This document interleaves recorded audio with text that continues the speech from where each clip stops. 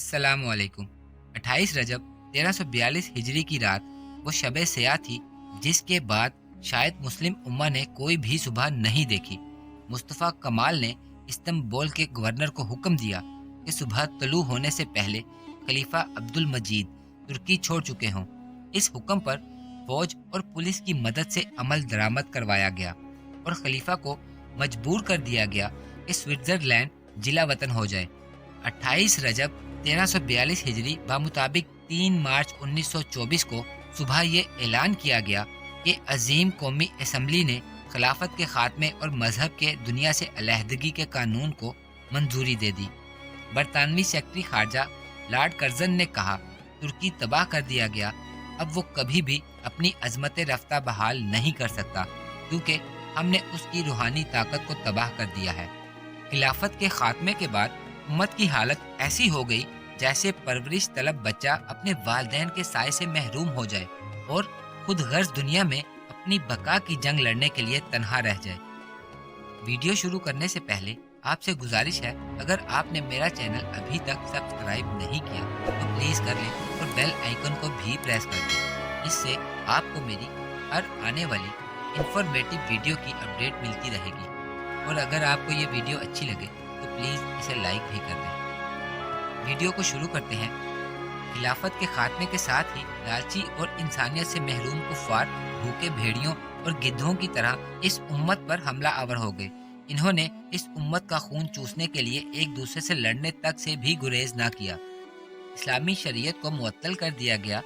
सरजमीन खिलाफत को छोटी छोटी रियासतों में तकसीम कर दिया गया और हर रियासत को अपना आइन, कानून, कौमियत और झंडा देकर तकसीम किया गया। इस्लाम की आदिलाना मुईशत को मगरिब के सरमायादार निज़ाम से बदल दिया गया और मुसलमानों के मामलात की निगरानी इस्लामी हुकूमत की बजाय सेकुलर किरदार हुकूमती ढांचे के जरिए से की जाने लगी।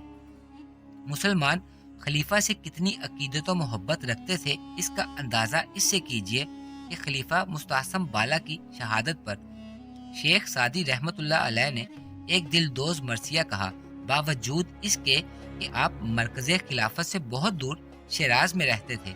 इस नोहे के इशार बहुत मशहूर है जिसका तर्जमा कुछ इस तरह से है, अगर अमीरुल मोमिनीन मुस्तासम बाला के जवाल पर आसमान से खून की बारिश हो तो बजा होगा, ए मोहम्मद अगर क़यामत ज़मीन पर होनी थी तो आकर देखिए कि मखलूक़ खुदा पर क़यामत गुजर चुकी है। खिलाफत चाहे कैसी भी कमज़ोर क्यों ना हो, लेकिन मुसलमानों के लिए वो तपते सहरा में सूरज की गर्मी से बचने के लिए सायादार दरख्त का काम करती है। लेकिन फिर एक बार मुसलमानों को इस साए से महरूम कर दिया गया और पूरी उम्मत को बिना किसी आसरे, बिना किसी सहारे इस जालिम दुनिया में बेयारो मददगार छोड़ दिया गया। दोस्तों, यहाँ पर ये बात जानना बहुत ज़रूरी है कि इस्लाम दुश्मन ताकतें खिलाफत को ख़त्म करना क्यों ज़रूरी समझती थी। इस बात को समझने के लिए मैं आपको शेखुल इस्लाम हुसैन अहमद का एक वाक़या सुनाता हूँ। ये वही हुसैन अहमद हैं जो बर्रे सगीर में अंग्रेज़ों के खिलाफ चलाई जाने वाली आज़ादी की तहरीक के मरकज़ी किरदारों में से एक थे। शेखुल इस्लाम मौलाना सैयद हुसैन अहमद मदनी और शेखुल हिंद मौलाना महमूदुल हसन एक साथ इसी तहरीक आज़ादी के सिलसिले में अंग्रेज़ों के हाथों गिरफ्तार हुए और फिर माल्टा जजीरे में अंग्रेज़ों की बनाई हुई जेल में नज़रबंद कर दिए गए। इत्तफाक की बात है कि इनके साथ एक अंग्रेज़ फौजी अफसर भी कैद में था जिसका किसी जुर्म में कोर्ट मार्शल हुआ था और वो भी वहाँ सज़ा काट रहा था। मौलाना हुसैन अहमद ने इससे पूछा कि खिलाफत उस्मानिया तो मुसलमानों की एक कमज़ोर सी खिलाफत है, क्या वजह है कि बरतानिया, फ्रांस और इटली इसके पीछे पड़े हैं। ये खिलाफत तो सिर्फ नाम ही की खिलाफत रह चुकी है, लेकिन हम मुसलमान इस नाम की खिलाफत से भी अकीदत रखते हैं, लेकिन सारा यूरोप इसको ख़त्म करने की कोशिश कर रहा है। तुम लोगों को खिलाफत तुर्किया से आखिर खतरा क्या है? इस अंग्रेज़ ने कहा, मौलाना आपका सवाल इस कदर सादा नहीं जिस सादगी से आप पूछ रहे हैं। याद रखिए, खिलाफत उस्मानिया एक कमज़ोर सी खिलाफत है, मगर कुस्तुनतुनिया में बैठा हुआ खलीफा आज भी किसी गैर मुस्लिम मुल्क के खिलाफ ऐलान जंग कर दे तो मराकश से लेकर इंडोनेशिया तक मुसलमान नौजवानों की भर्ती शुरू हो जाएगी। सारा यूरोप ان دو لفظوں خلافت اور جہاد سے کانپتا ہے۔ یورپ کے تمام ممالک متحد ہو کر ان دو لفظوں کی قوت کو ختم کرنا چاہتے ہیں، اور بعد ازاں ان فرنگیوں نے یہ کر کے بھی دکھایا۔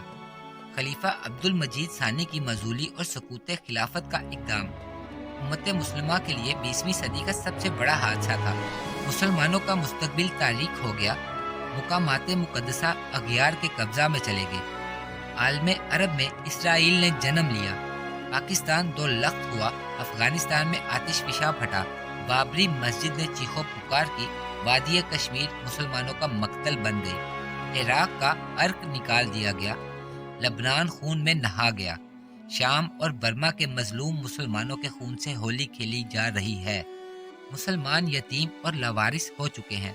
ضروری ہے ہمارے لیڈر اور عوام نظام حیات اور طرز حکومت لینے کے لیے اقوام مغرب کی طرف حریصانہ نظروں سے دیکھنے کی بجائے اپنا رشتہ تابناک ماضی سے جوڑ لیں اور شاہراہ خلافت پر گامزن ہو کر ایک حقیقت شناس مرد کلندر کے اس کہے کو سچ کر دکھائیں، اپنی ملت پہ قیاس اقوام مغرب سے نہ کر، خاص ہے ترکیب میں قوم رسول ہاشمی۔